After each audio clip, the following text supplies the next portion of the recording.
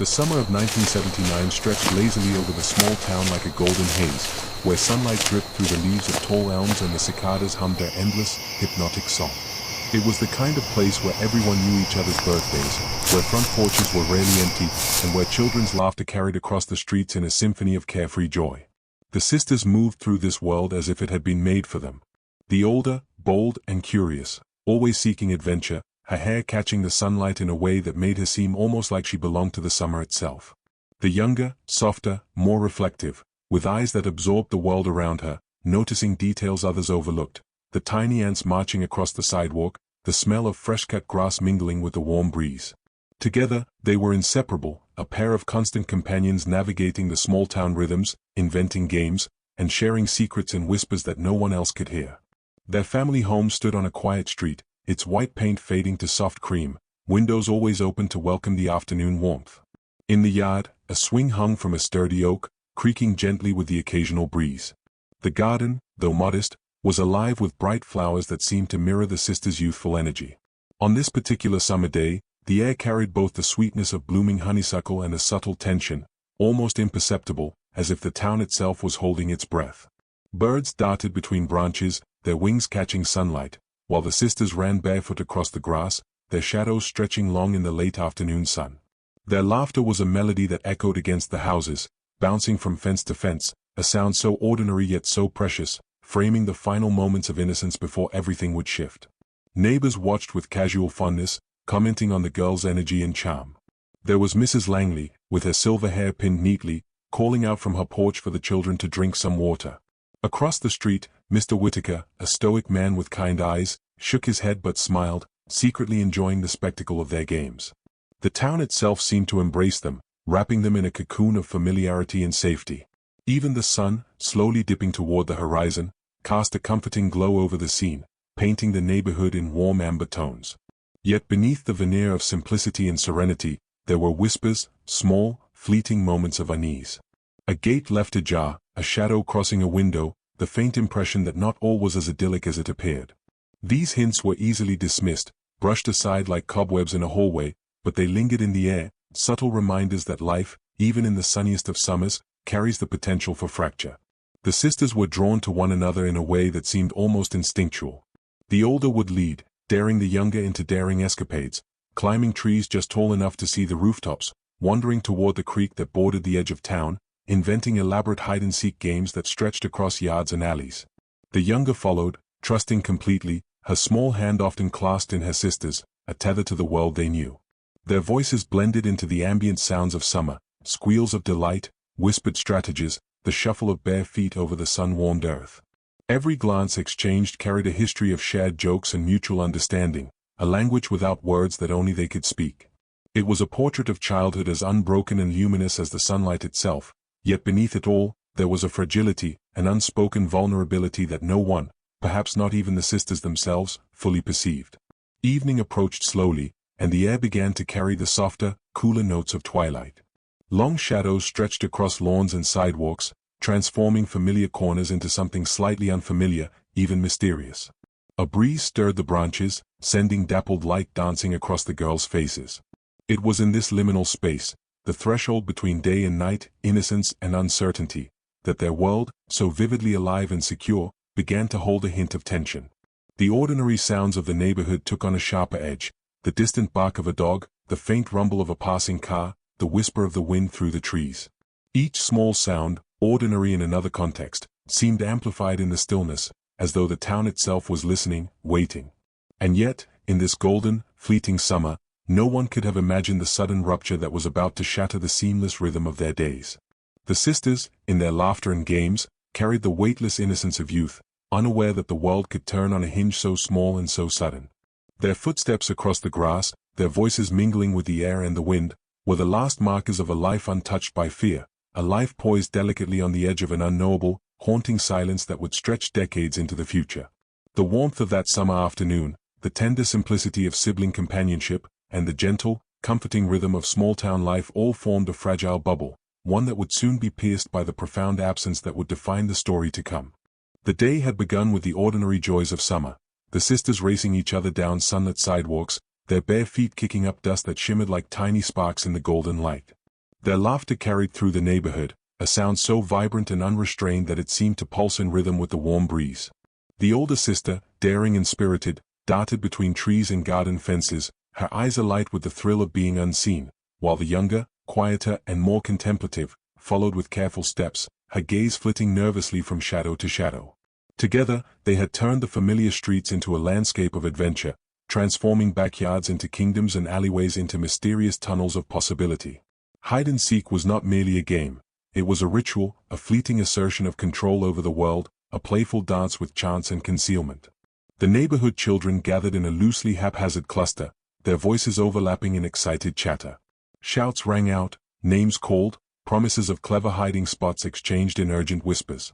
The game began as usual, with the older sister counting to 20 with her face pressed into the rough wood of a tree trunk, her voice carrying through the air, echoing off fences and garage walls.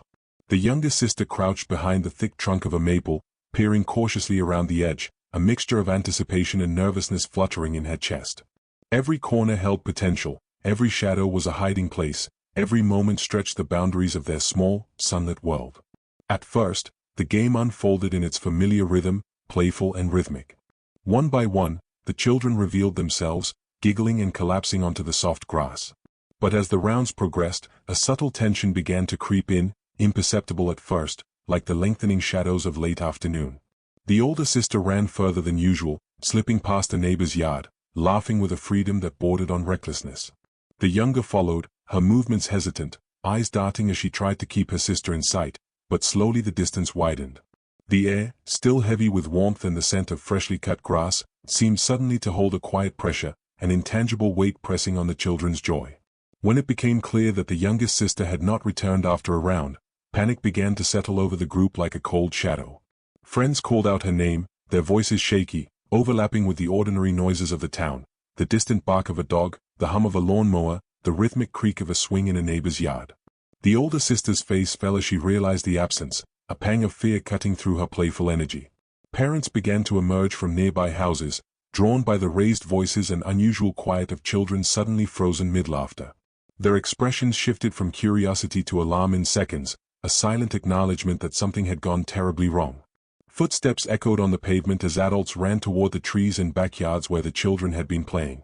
A mother's voice rose, trembling, calling her daughter's name into the lengthening evening light. Fathers scanned the alleys and fences, their hands gripping gateposts, their eyes searching every shadow. Even neighbors who had been idle on porches felt the shift in the air, the sudden gravity that replaced the carefree cadence of summer. The town, so accustomed to safety and the predictable patterns of small lives, now felt fragile, unsteady, as if the very air had changed texture. Minor clues began to emerge, almost mocking in their ordinariness. A tiny shoe, half buried in the grass near a fence, a scrap of clothing caught on a low branch, a handprint pressed into the dust of a swing.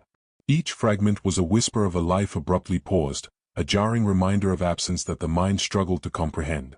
Friends and family scoured the yards, lifting rocks and peering into shadows, their breathing ragged, voices hoarse from calling. The forested edges of the neighborhood, previously unnoticed and benign, took on a menacing quality, every rustle in the leaves suggesting unseen presence. By twilight, the initial panic had transformed into a deep, gnawing dread. The older sister, usually so resilient, wandered the yard in a daze, eyes wide with fear and self-reproach, her mind racing with the possibilities she could not name. Parents exchanged frantic glances, some whispering theories, others silent in shock, as if speaking aloud might somehow solidify the horror they feared. The community gathered, a loose circle of human concern and shared anxiety, hoping that collective effort might bridge the gap between hope and despair. Yet the evening sky deepened to a bruised purple, and the realization settled. One, perhaps both, of the sisters had vanished into a world suddenly larger, stranger, and more threatening than anyone had anticipated. The emotional landscape shifted as night fell. Street lights flickered on, casting pools of orange glow that failed to illuminate the growing emptiness. The laughter of children was replaced by the low murmur of worried voices. Every ordinary sound, the hum of a refrigerator, the creak of a floorboard, the distant engine of a returning car, seemed amplified, laden with potential danger. Parents paced, children clung to them, and the town held its collective breath. In those first hours, the fracture in the day-to-day world was at its most raw. The joyful normalcy of summer play had been ruptured, replaced by a fear so primal that it etched itself into memory, marking the moment when innocence was first touched by irreparable absence. Even as the search stretched into the night, the air heavy with uncertainty, there lingered a surreal, almost dreamlike quality to the scene. Shadows lengthened, the sisters' absence became palpable, and yet the ordinary sounds of the world persisted. Crickets chirped, the wind whispered through the trees, and somewhere in the distance, a neighbor closed a gate with a hollow click. The day that began with sun-drenched laughter had ended in disquiet, planting seeds of worry that would grow into obsession, grief, and unanswered questions. The ordinary had been pierced by the extraordinary, leaving the town suspended between memory and fear, as the vanished sisters' presence became defined not by their laughter, but by the haunting silence they left behind. As the first whispers of panic began to ripple through the neighborhood, the ordinary rhythm of the town dissolved into chaos. Adults ran across lawns, calling out names that no longer responded, their voices jagged with fear. Neighbors who had been idling on porches or tending gardens suddenly became searchers, their casual summer tasks abandoned in the face of an unthinkable absence. The sisters, whose laughter had once danced through the streets like sunlight, were now missing, swallowed by the ordinary spaces that had always been safe. Every backyard fence, every narrow alley, every dense cluster of trees became a potential hiding place, a portal to something unknown and frightening.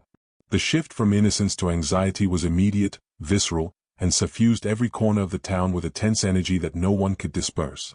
Parents organized search parties with neighbors, their movements fueled by adrenaline and dread. Flashlights were passed around as the day waned toward evening, beams of artificial light slicing through shadows that seemed suddenly alive. The older sister, once so brave and daring, was now a figure of anxious command, directing volunteers toward every conceivable hiding spot, yet her face betrayed the terror of realization. The game that had begun as laughter had become a nightmare. Friends retraced steps, calling repeatedly, their voices growing hoarse, their fear reflected in one another's eyes. The town, usually so calm and predictable, had transformed into a landscape of suspicion and worry, each shadow hinting at the inexplicable, each rustle of leaves magnified into potential threat. The first tangible clues were subtle and almost cruel in their simplicity. A toy, small and brightly colored, lay abandoned near the edge of a yard. A scarf, delicate and pink, caught on the fence where the younger sister had often played, faint footprints pressed into soft dirt, leading toward the woods at the edge of town. Each clue carried with it both hope and despair, a paradox that weighed heavily on everyone involved. Volunteers followed the trail, their movements meticulous yet desperate, tracing the remnants of a presence that had been abruptly severed from the world. The ordinary items of childhood became charged with terror, symbols of innocence interrupted and potentially lost forever. Law enforcement arrived with a mixture of urgency and methodical caution. Officers took statements from frantic parents and distraught children, piecing together sequences of the last cited moments. The limitations of 1970s investigative techniques became painfully evident. There were no surveillance cameras, no digital records, and communication relied on phone lines that were easily congested or non-existent in certain parts of town. Detectives questioned neighbors, revisited homes, and scoured streets with flashlights, their professional composure masking an undercurrent of helplessness. In those early hours, every missing minute of the sisters' presence seemed monumental, each one deepening the knot of fear that gripped the community. The psychological toll was immediate and profound.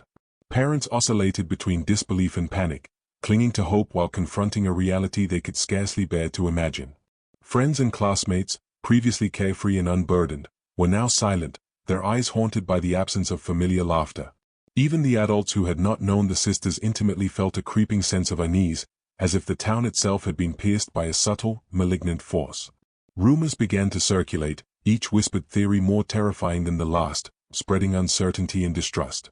Some speculated that the girls had wandered too far into the woods, while others whispered of strangers seen near the neighborhood earlier in the day.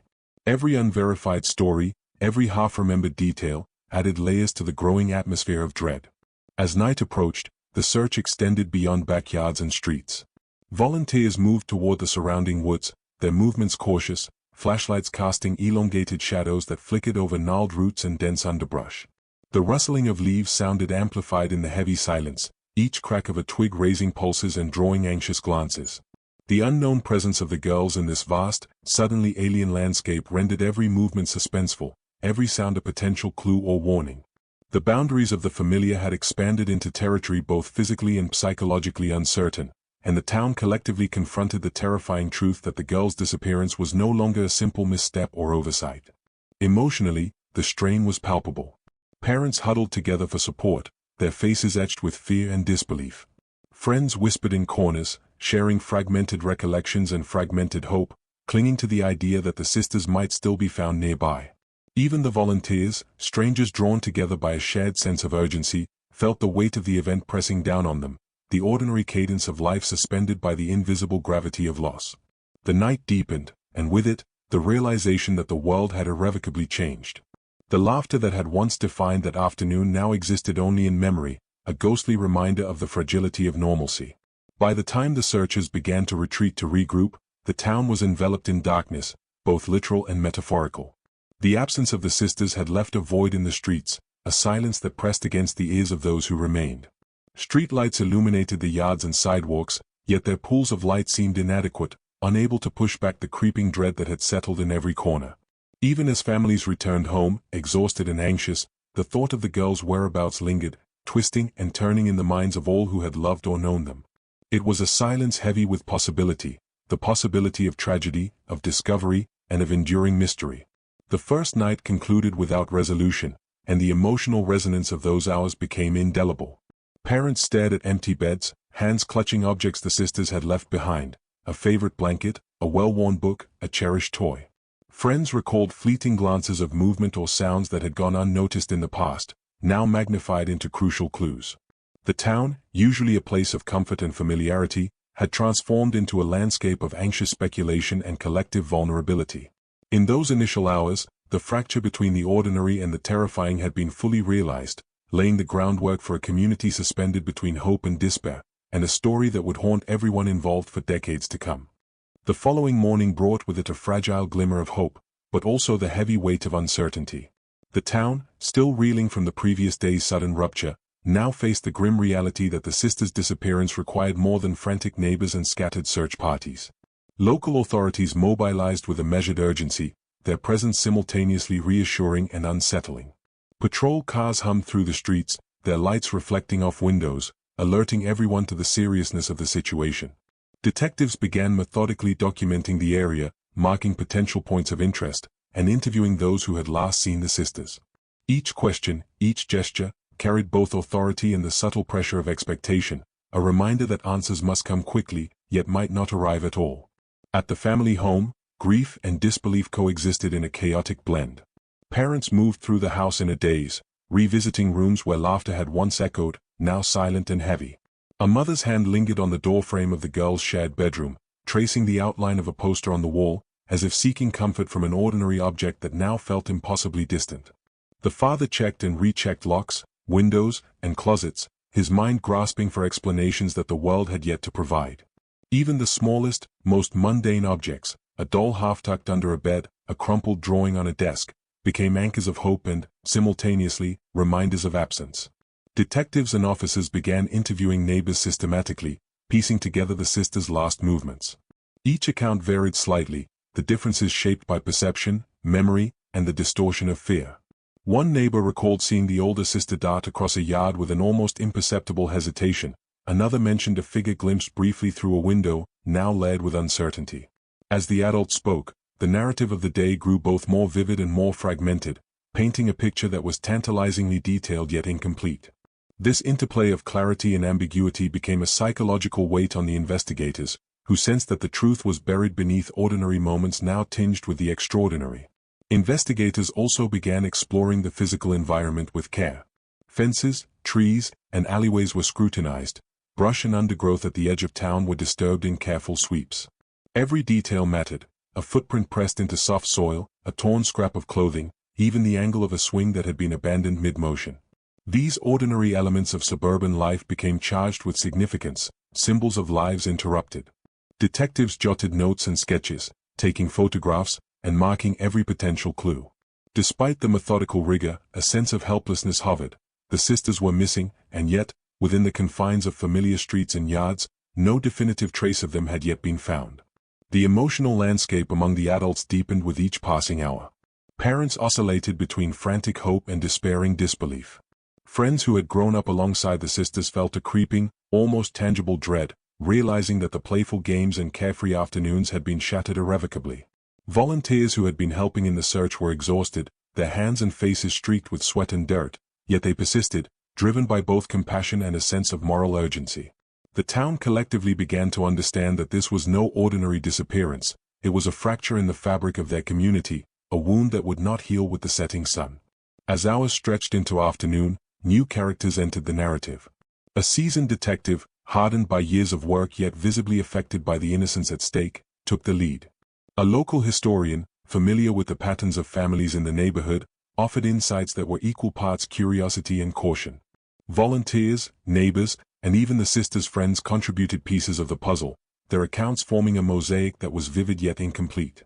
Emotional contrast ran through the day, moments of hope sparked when a clue seemed promising, immediately shadowed by fear when the trail ended abruptly or vanished altogether. This interplay of expectation and disappointment heightened the psychological tension, leaving everyone involved teetering on the edge between hope and dread.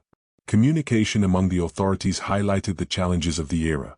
Without modern technology, coordination relied on radios and telephone lines, often congested or unclear. Messages traveled slowly, reports were written by hand, and information was cross-referenced laboriously. This delay intensified anxiety, both among the families desperate for updates and the officers attempting to maintain control. The combination of methodical procedure and human fallibility underscored the emotional strain, revealing the limitations of even the most determined efforts.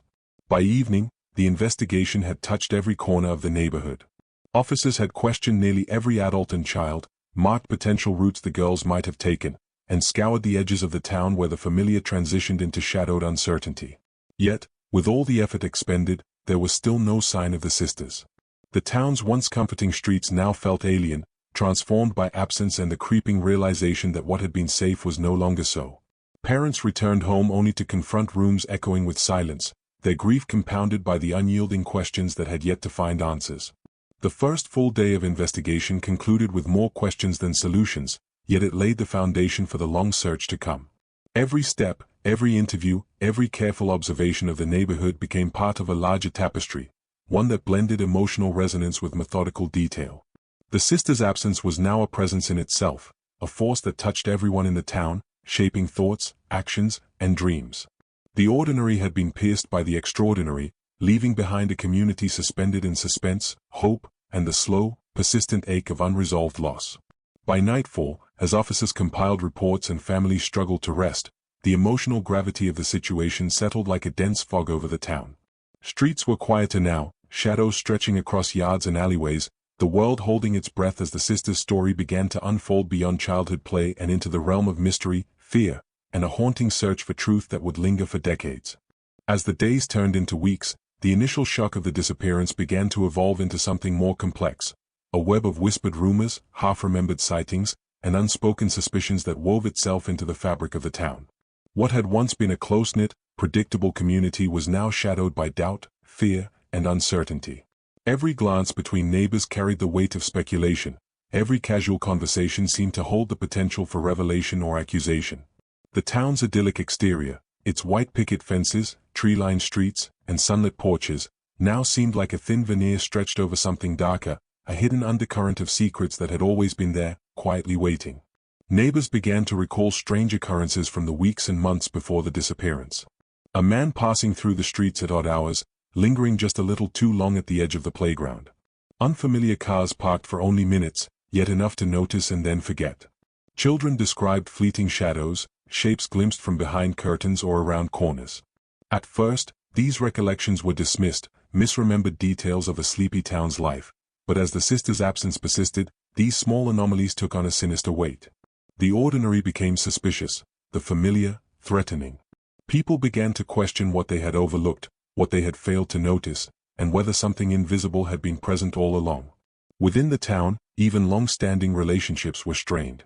Parents who had once shared casual conversations over fences now regarded one another with subtle wariness. The sense of shared community fractured under the pressure of fear. Every casual explanation of the girl's disappearance, a runaway, a simple misadventure, seemed increasingly inadequate. Gossip traveled faster than reason, fueled by fear and the human tendency to fill gaps in knowledge with speculation. Each story, each recollection, became a fragile thread that added both tension and texture to the emotional landscape of the town. Psychologically, the adults experienced a slow unraveling. Sleep became elusive, as images of shadowed streets and empty rooms invaded dreams.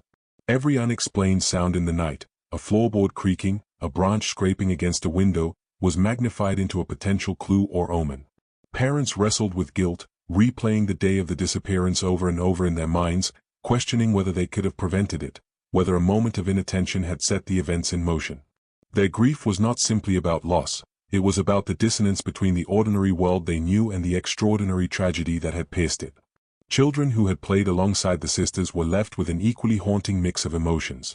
Fear, confusion, and guilt intermingled as they grappled with what had happened. Friendships that had been carefree were now tinged with apprehension. Every game of hide-and-seek or tag carried echoes of the vanished girls. Parents noticed subtle changes, nervous glances, whispered warnings, reluctance to be alone in the yard or near the woods. The innocence of childhood, once abundant and radiant, was now shaded by the psychological imprint of absence. As rumors solidified, old secrets and tensions within the town began to surface. Families who had long kept minor disputes private now exchanged pointed glances and wary questions. Stories of petty thefts, unexplained arguments, and hidden grievances gained new resonance. In some cases, old patterns of secrecy took on an almost mythic quality. Neighbors began to speculate about old abandoned homes, concealed rooms, and doors that were rarely opened. The ordinary townscape, familiar streets, modest houses, and sunlit backyards, now carried with it the sense that hidden spaces could harbor hidden truths. This atmosphere of uncertainty fueled suspicion, which in turn amplified emotional tension. Every minor disagreement or unexplained event became a potential clue, every odd glance a sign. Parents and neighbors found themselves caught between hope and fear, balancing the desire to maintain normalcy against the creeping dread that their world had been irreversibly altered. Every new rumor was a spark, igniting conversations in kitchens, porches, and church halls. The community was collectively haunted, not by the physical presence of the sisters, but by the emotional resonance of what their absence revealed, the fragility of trust, the impermanence of safety, and the hidden complexities of human behavior. Even the physical spaces of the town seemed transformed. Woods that had once been places of adventure and play now felt menacing. Empty yards, previously mundane, carried echoes of silence that pressed on the mind. A playground swing moving in the wind became an almost sentient symbol of loss. The ordinary textures of the town, the rough bark of trees, the soft grass of front lawns, the narrow paths between houses, were now imbued with the weight of memory and speculation. Emotional contrast defined these spaces. What had once been comforting now unsettled, what had once been invisible now seemed ominous. Through it all, hope persisted, fragile but unyielding. The discovery of small clues, a partial footprint, a discarded toy, a fleeting recollection from a passerby, was enough to ignite determination in families and investigators alike. And yet, even hope carried its own shadows.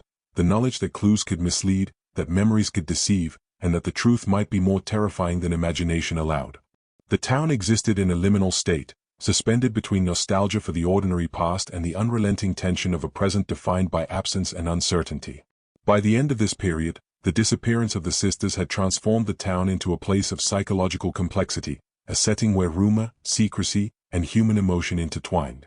Every interaction, every glance, every memory carried emotional weight.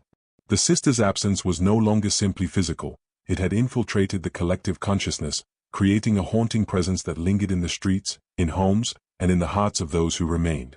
The town had been forever altered, caught in the delicate tension between what had been and what might never be recovered. Time, once fluid and comforting, took on a weight of its own as the years stretched on. Days blended into weeks, weeks into months, and months into years, yet the absence of the sisters remained a constant, unyielding presence.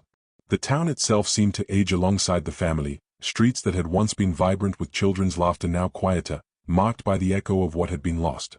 Summer afternoons, once filled with carefree games and sunlight, now carried a subtle ache, a reminder of innocence interrupted and of a childhood that had been fractured. The memory of the girls, so vivid in those first weeks, lingered like a soft, persistent shadow, coloring the mundane routines of daily life with grief and longing. For the parents, the passage of time did not ease the torment, it intensified it. Each birthday that passed without the sisters was a silent indictment, a reminder of the life that could have been. The mother, once filled with boundless energy and warmth, now moved through the house with careful deliberation, her gaze often lingering on the empty chairs, the unused toys, the untouched dresses folded in drawers. Every ordinary object became a monument to absence, a small doll, a scribbled drawing, a pair of shoes left behind, each one a tactile reminder that the girl's presence was now confined to memory.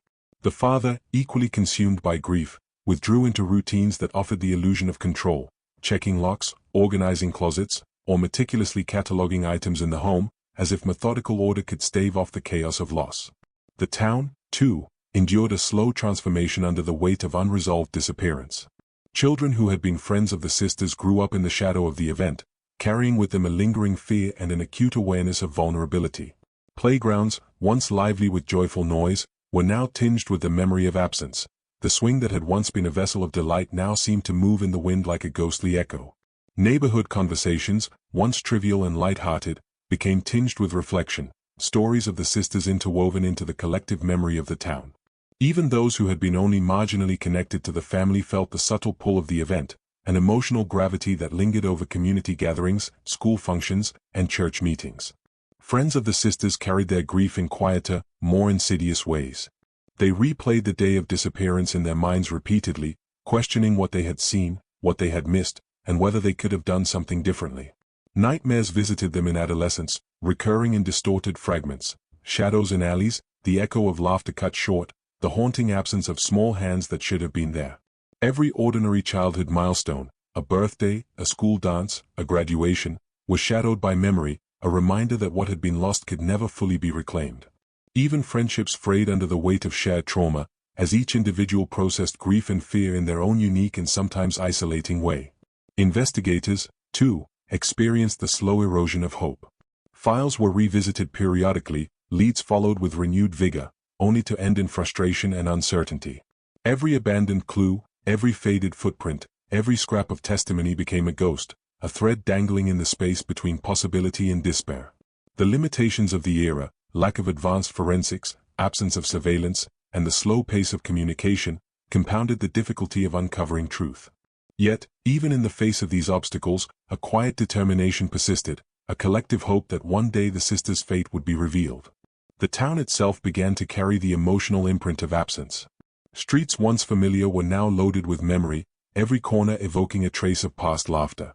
The park bench where the sisters had played, the sidewalks where their feet had skittered, even the trees whose shadows had danced across the yards now became symbols of a lost world. Adults reflected on the fragility of safety, the impermanence of normalcy, and the unpredictability of life itself. The community collectively absorbed the lessons of grief, watching time pass while holding on to an ever-receding hope, all the while feeling the persistent ache of unresolved loss. Within families, the psychological impact was subtle yet profound. Siblings, cousins, and friends carried forward in their hearts a quiet vigilance, a constant reminder that the world was not entirely safe, that absence could arrive without warning. Dreams were often haunted by glimpses of the missing sisters, fleeting images that were never fully formed, yet lingered with sharp emotional clarity. Even the smallest sensory experiences, the rustle of leaves, the creak of a swing, the scent of honeysuckle in summer, could trigger vivid recollections, bridging past and present in moments of bittersweet poignancy. Despite the relentless passage of time, a fragile thread of hope persisted. Community efforts, occasional searches, and revisited investigations reminded everyone that absence was not necessarily synonymous with finality. The sisters' story, though unresolved, continued to inspire acts of care, empathy, and vigilance. Memories were preserved in careful ways, photographs tucked into albums, letters written and never sent, whispered stories shared across generations, as if the act of remembering itself could maintain a connection to what had been lost. And yet, beneath the surface of these efforts, there was a persistent ache, a quiet recognition that some questions might never be answered. The town, the family, and the friends lived with the paradox of hope and despair, each day a balancing act between the possibility of discovery and the reality of absence. Time had stretched, but it had not healed, it had only deepened the texture of memory, grief, and longing, leaving behind a town suspended in reflection, a family haunted by what could have been, and a story that would linger, quiet yet insistent, across decades. Decades had passed, and the world around the family home had shifted in quiet, almost imperceptible ways. Trees grew taller, paint faded further, and the laughter of children that once filled the air had long since moved on. Yet within the house, time seemed to have paused, holding on to memories that were both tender and unbearably painful.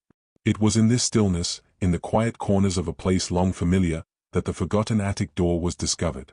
No one could have anticipated it, a small, almost imperceptible gap hidden behind peeling wallpaper, a latch obscured by decades of dust, the kind of detail that seemed to exist only to test patience and perception. Its presence was almost absurd in its ordinariness, yet in its discovery, it carried the weight of decades of unanswered questions. The moment of discovery was slow, deliberate, and heavy with tension. A relative, tasked with clearing out old belongings, ran a hand along the upper wall, brushing away dust and cobwebs. Fingers traced the edges of a panel, pressing gently against wood that had grown warped with age. The latch gave with an almost reluctant creak, releasing a sound that seemed unnaturally loud in the stillness of the attic. The air inside the hidden space was thick with dust, a blend of old wood, mothballs, and the faint, indefinable scent of memory itself. Light from a small flashlight revealed corners untouched for decades, shadows cast by beams and rafters that had not known movement in generations. The atmosphere was both ordinary and charged, a place suspended between mundane neglect and the possibility of revelation. Emotions were immediate and complex. The parents, already weathered by years of grief, experienced a sharp, almost disorienting spike of hope. Their hands trembled, hearts racing as they considered what might lie behind the door. Relief, fear, anticipation, and dread intermingled, creating a tension that was both exhilarating and painful. The younger relatives who had accompanied them to the attic felt a sense of awe and fear, their imaginations filling the air with possibilities, some tender, some terrifying. Even the investigators called in to examine the scene approached cautiously, their professional detachment tempered by the unspoken understanding that this was a moment charged with emotional gravity. The attic itself seemed to breathe with the weight of history. Dust motes floated in the flashlight beam, catching in midair like tiny fragments of memory. Wooden beams creaked faintly under the pressure of movement, and the faint, musty scent of long-neglected belongings clung to the air. Each object within the space, boxes stacked with papers, a broken chair, a trunk tied with frayed rope, became both a clue and a symbol of the life that had existed there before the sisters vanished. The ordinary became extraordinary, and every shadow seemed to hold a secret. As the light swept across the attic, it revealed the quiet poetry of decay, a curtain moth-eaten but still hanging, a toy chest swollen with age, a forgotten photograph lying face down on the floorboards. As investigators began to document and examine the space, the process was painstaking and deliberate. Every corner was scrutinized, every surface dusted for prints or other evidence, and every object catalogued. The tension between hope and dread was palpable. Each discovery, a child's shoe tucked into a dark corner, a small article of clothing, a forgotten notebook, carried the dual potential to offer answers or to deepen the mystery. The air was thick with anticipation, as though the attic itself were holding its breath, waiting for those who had opened the door to interpret its silent testimony. Emotionally, the family oscillated between exhilaration and terror. Memories of the sisters surged with each step into the forgotten space. The echo of laughter, the whisper of footsteps on the stairs, the sensation of small hands clasped in playful secrecy. And yet, the possibility that the space might reveal something dark, something that could finally explain their absence, brought a cold tension that tempered hope. Every object touched, every corner examined, seemed to vibrate with the emotional resonance of the years lost. The attic became a liminal space, part memory, part evidence, part psychological landscape where grief and curiosity collided. Even the investigators, trained to approach with methodical detachment, were not immune to the aura of the space. The attic demanded attention, its silence speaking louder than words. Every corner suggested storylines, some plausible, some terrifyingly imaginative. Questions arose that had no immediate answers. Had the sisters ever been here? Was this space connected to their disappearance, or was it simply a relic of the past, a coincidence that toyed cruelly with hope? These uncertainties heightened suspense, creating a psychological tension that mirrored the family's emotional experience. By the time the initial examination concluded, the attic had revealed only fragments, objects, textures, and impressions rather than clear answers. Yet even these fragments carried profound emotional weight.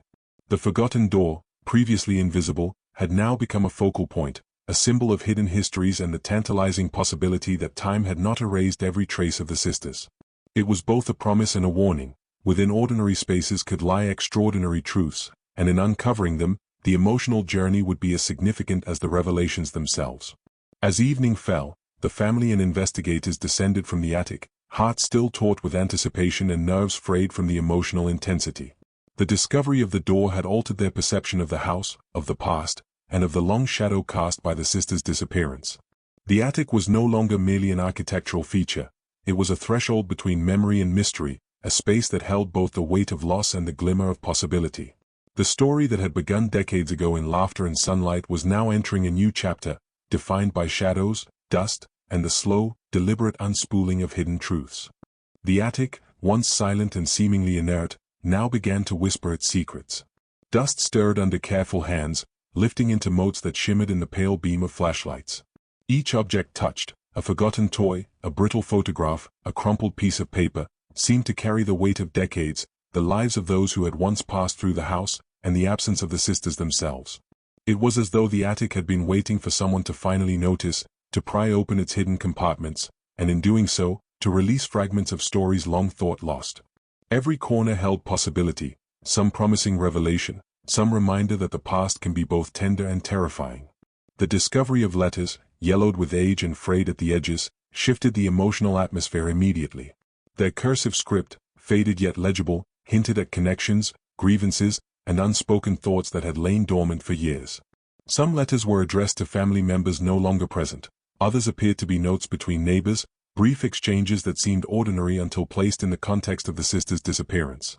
Each word became charged with potential significance, a clue pointing toward the emotional and psychological landscape of a town long accustomed to masking secrets behind polite facades.